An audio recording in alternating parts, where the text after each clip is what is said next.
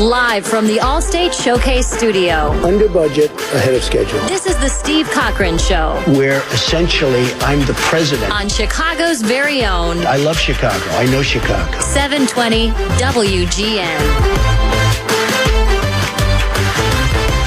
All right, now listen, you guys know how I feel about the president, but I thought maybe as a way of, an olive branch of sorts, caught up in a moment, maybe. Can't believe it. President Trump joins us on the phone now, and regardless of the water under the bridge, I wanted to wish you a belated happy birthday, and thank you for taking the time, sir. Yes, it's a great honor. Okay, great. For you to have me on your show, Steve. Appreciate that. Well, have you been busy? Has it been a busy week? A very, very busy week. We had my birthday earlier this week. Yes, I'd heard. One of the greatest days in the history of our country, when Mary Ann McLeod Trump fully crowned and brought forth America's one and only Lord and Savior, Donald J. Trump.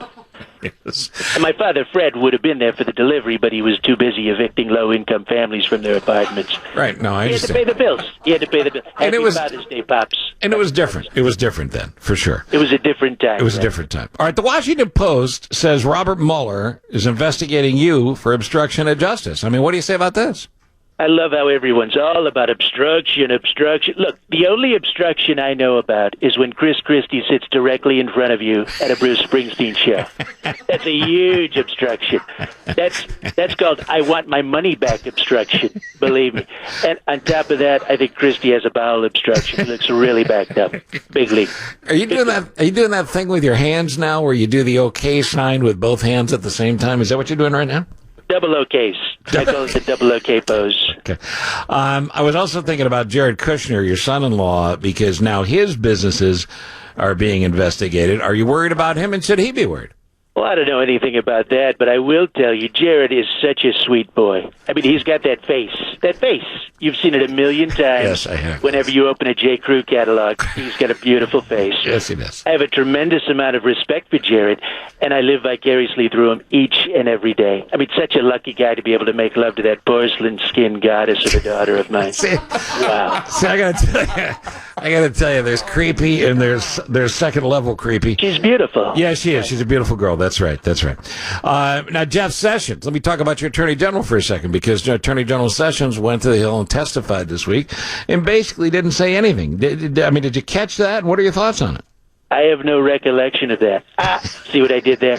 No, seriously, Steve. Jeff is quite a guy. Jefferson Davis Hogg Beauregard Sessions, who was named after my favorite character on the Dukes of Hazzard. True story. He gave an unbelievable performance at that hearing. Unbelievable. He really did. Yeah. Jeff was so on point. He said he didn't know anything, and he knew exactly when absolutely nothing was taking place at all times. Right. Fantastic job. So your thumbs up. Your thumb made double OKs. Thumbs up. Double OKs. Double OK. Now, a lot of people, including me, are saying he could have answered more of the questions. As a matter of fact, maybe he didn't answer any. Okay, look, Steve, let's cut Jeff Sessions some slack. In my mind, he's 89 years old, so he can't possibly be asked to remember things that have happened in the past. He's just too old, okay? I don't know if you saw it, but he was decomposing right before our eyes during his testimony. I mean, he was giving John McCain a run for his money, believe me.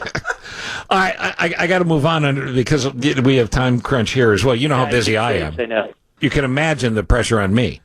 I'm a ratings juggernaut, Steve. We can keep going.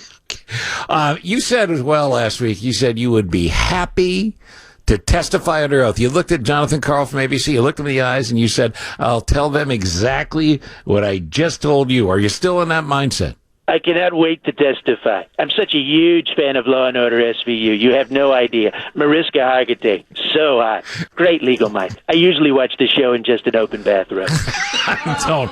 It's true. Now you made it awkward again. What about Reince Priebus? Now, Reince Priebus, I knew Reince Priebus a little bit for the old days. He seemed like a nice guy, and yet now he's out there talking about how blessed he is to work for you. And there's something about maybe if he doesn't get his act together by the 4th of July and clean up the stress and the mess, you're going to toss him out. What's happening with Reince Priebus? No, that's completely wrong. And my doctor said I could take Otezla for Reince Priebus, by the way.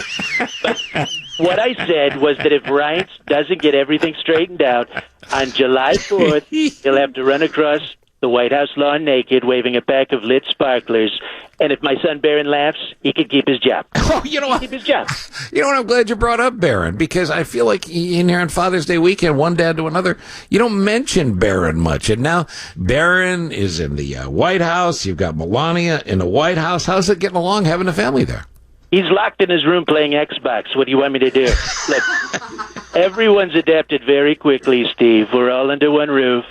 We're just as emotionally detached as ever before. Look, I don't know how Melania is doing, frankly. You know, she's still kind of angry with me after I tried to hold her hand in the Middle East. She has a strict no-touching clause that I agreed to when I signed her purchase order. I forgot about that. It was my fault. My bad. One time I rolled over and my arm brushed up against her in bed. She became violently ill. Who knew? Who knew? All right, collusion. This is a word that continues to come up. Could you just level with me for a second? Right, I'm going to stop you right there, Cochran. There's no collusion, okay? I don't know if Sessions or Jared or anybody met with the Russians. Anybody, believe me.